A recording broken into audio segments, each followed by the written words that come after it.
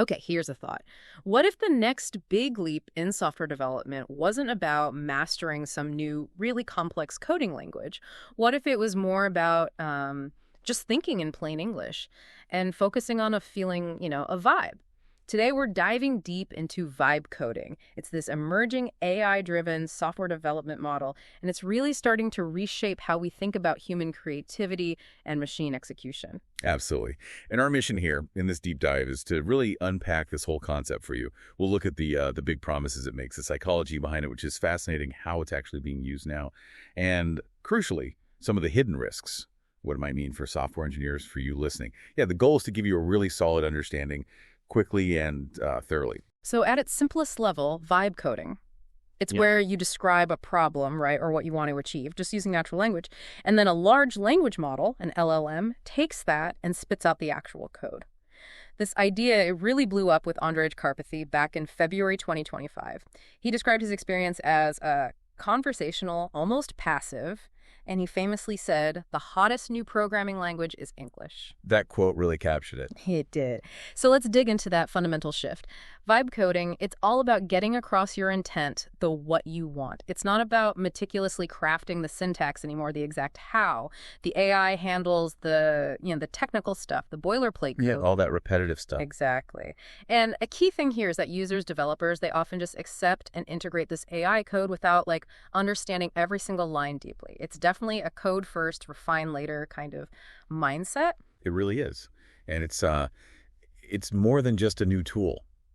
It feels like a new layer of abstraction in computing. Think about those big shifts in the past, moving from machine code to assembly, or assembly to C++. Each time, developers got freed up from tedious details, right? And productivity jumped. Vibe coding feels like the next step in that evolution. That's a great comparison. And the name itself, vibe coding. Yeah.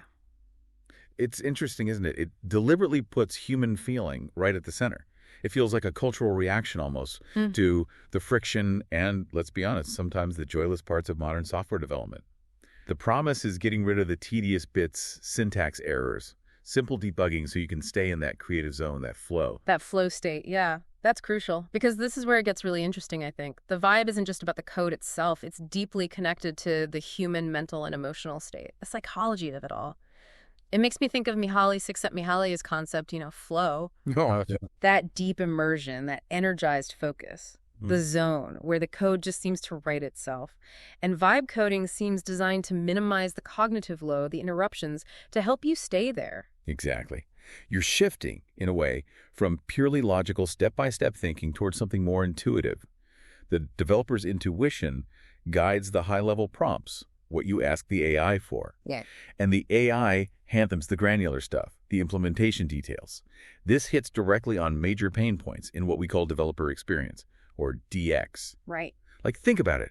Studies show 41% of developers complained about inefficient documentation. That's huge.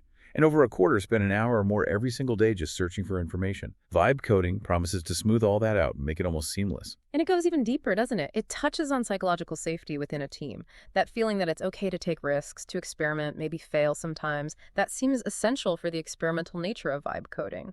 How does that kind of environment build a good team vibe and help people actually collaborate effectively? That's a really important connection.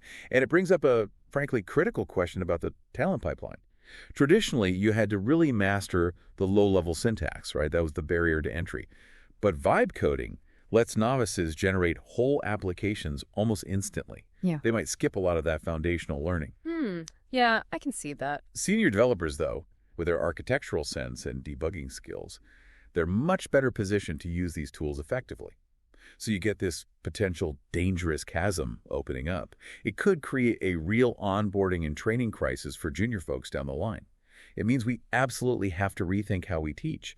We need to emphasize architecture, debugging, systems thinking before people become heavily reliant on these tools. Otherwise, you get developers who can generate code, but maybe don't truly understand it or how to fix it when it breaks. Exactly.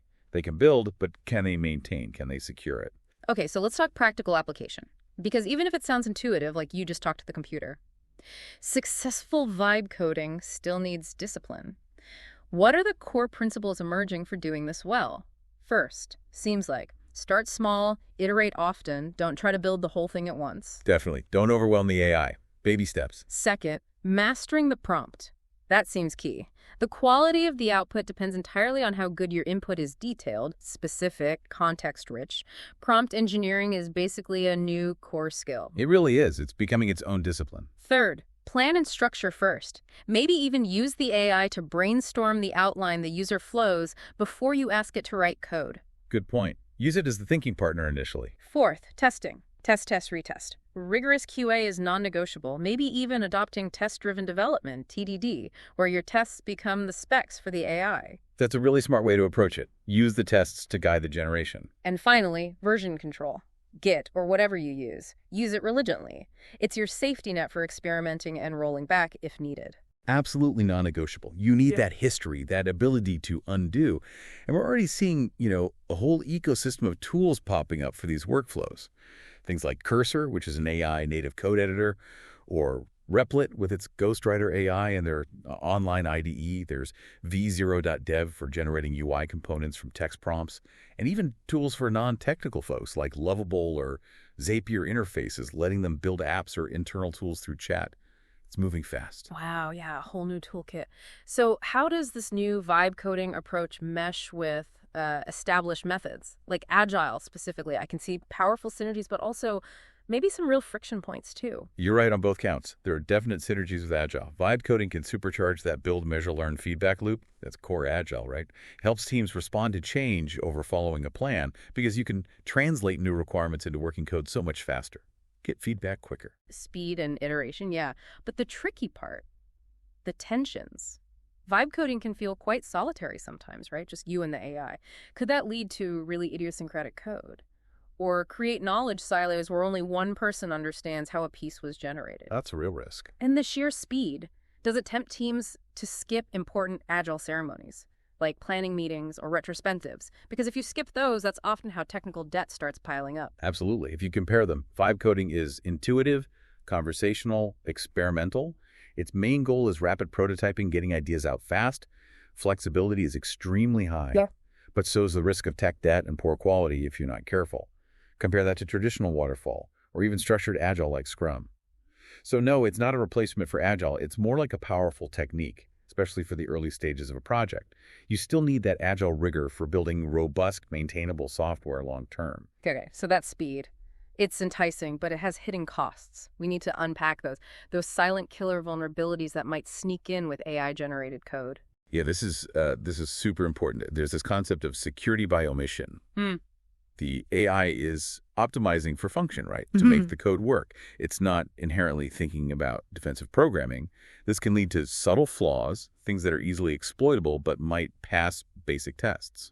And the scale of this is worrying. You mentioned AI-assisted repositories having a 40% higher rate of exposing secrets. That's the alarming statistic, yeah. Things like API keys hard-coded directly into the source. Or imagine a password reset function the AI generates. It seems fine, works okay, but maybe it has a timing side channel vulnerability. An attacker could figure things out just by measuring response times. Subtle stuff. Wow. Okay, that's concerning. How do you fight that? Can you make the vibe itself more security conscious? You have to. The answer is what we're calling secure vibe coding. It basically means treating every single prompt, every request to the AI as a mini threat modeling exercise. You shift the question. It's not just can you build X, it's can you build X with these specific security constraints. Give me an example, like for a file upload. Okay, yeah. Instead of just build a file uploader, you'd prompt, build a file uploader that only accepts JPEG or PNG files, limits the size to 5ND, sanitizes the file name to prevent path traversal attacks, and stores the uploaded file outside the web server's root directory. See? You build the security requirements right into the request. Same for database queries. Explicitly ask for parameterized queries to prevent SQL injection. Security has to be actively demanded. Got it. So security needs to be part of the prompt, part of the vibe you're giving the AI. What about just general code quality, though? Beyond security bugs, like inconsistent user interfaces if you don't have a strict design system. Yeah, that's a big one. Without clear guidelines, the AI might generate slightly different styles or components each time, leading to a messy UX. And for non-technical users trying to use these tools, the generated code is a total black box. Debugging is almost impossible for them. Even for experienced devs, right? I've heard the AI can get stuck like fixing a bug by introducing another one over and over. It can definitely get stuck in a loop. Or it can produce what we jokingly call spaghetti code, just tangled, poorly structured, hard to maintain stuff. So this speed comes at a price. You called it a high-interest loan, the vibe-driven debt spiral. Exactly. You pay for that initial speed later during debugging and refactoring, which is fine, maybe for a quick prototype you're going to throw away, or software just for yourself, software for one. Mm-hmm. But if you try to build a serious enterprise-level application purely this way without checks, it's a recipe for disaster down the road. So this changes how we even think about when a project is done, doesn't it? Fundamentally, done can't just mean the code works. It has to include a rigorous human-led phase of review and hardening. That means architectural reviews, proper security audits, checking for maintainability. Humans have to perform that quality check, and that completely changes project estimation and management, of course. You have to budget time and resources for that crucial step. Okay, so let's pivot to the impact on people, on software engineers, or maybe someone thinking about getting into this field. If the AI is writing a lot of the code, is this democratizing development or is it devaluing core skills? It's probably both, honestly. It definitely lowers the barrier to entry. Founders, marketers, designers, people who don't code traditionally can now build MVPs, minimum viable products, way faster. That's democratization. Sure. But yeah, it absolutely puts pressure on entry-level roles. A lot of the routine coding tasks, the stuff often given to junior developers to learn the ropes, AI can automate a lot of that now, so it risks devaluing those roles. So the human value shifts upwards, away from typing code, more towards guiding the process. The developer becomes less of a coder, more of an orchestrator directing the AI. That's exactly the emerging picture. An orchestrator, a strategic guide. And that means the skills that become paramount are changing. You need high-level abstraction, thinking about systems, architecture, the big picture. You need problem decomposition, breaking complex needs into clear prompts the AI can actually work with. And critically evaluating the output, right? Not just trusting it blindly. Absolutely critical. Rigorously assessing the AI's code for efficiency, security, correctness. It's a good code, not just working code. And finally, domain expertise and soft skills. Understanding the business need, the user context, communicating effectively. The AI can't do that. That's uniquely human. It sounds like the community's pretty split on this whole thing. Oh, definitely. Very divided. You've got the enthusiasts, right? Yeah. Seeing it as this amazing productivity boost, making coding fun again, great for weekend projects or complex simulations, maybe? Yeah, will free us, Camp. Then the pragmatists who see it more like a powerful pair programmer, augmenting skills, but human oversight is still key. The tool in the toolbox perspective. But then you have the skeptics, calling it wishful thinking, maybe even a disaster waiting to happen, worried about unmaintainable, insecure code, maybe driven by VC hype. Yeah, and a real fear among some developers that naive managers will just try to replace skilled engineers with cheaper AI prompts without understanding the downstream consequences. That's a genuine concern. So where does this leave us? What's the path forward? Well, it feels like a really pivotal moment. Resisting, it seems. Futile. Probably counterproductive. The key is harnessing it intelligently, responsibly. For engineering leaders, that likely means embracing hybrid workflows. Use vibe coding for rapid prototyping, sure, augment traditional development, but implement non-negotiable human-led validation. That review and hardening quality gate before anything hits production is essential. And fostering the right environment. Crucial. Invest in developer experience, reduce friction, build psychological safety so teams feel okay experimenting, questioning the AI's output, even saying this prototype isn't working, let's stop. And leaders absolutely have to rethink hiring and training, focus on higher order skills, architecture, systems thinking, debugging complex issues. Develop specific programs to help junior developers build those foundational skills before they become overly reliant on AI generation. Okay, and for individual developers listening, what's the advice? Aim to be that orchestrator, not just a coder. Cultivate those high-level skills, system design, security analysis, critical evaluation. Learn to direct the AI effectively. Also, cultivate your own personal vibe, your focus, your productivity. Minimize distractions. Find tools that reduce friction. Advocate for time to do deep work. Own your well-being in this potentially faster-paced world. And crucially, practice secure vibe coding. Make security part of every prompt. Always verify AI code. Never just trust it. So the outlook, it's not the end of software engineering. Not at all. It's the beginning of human-AI collaboration in this space.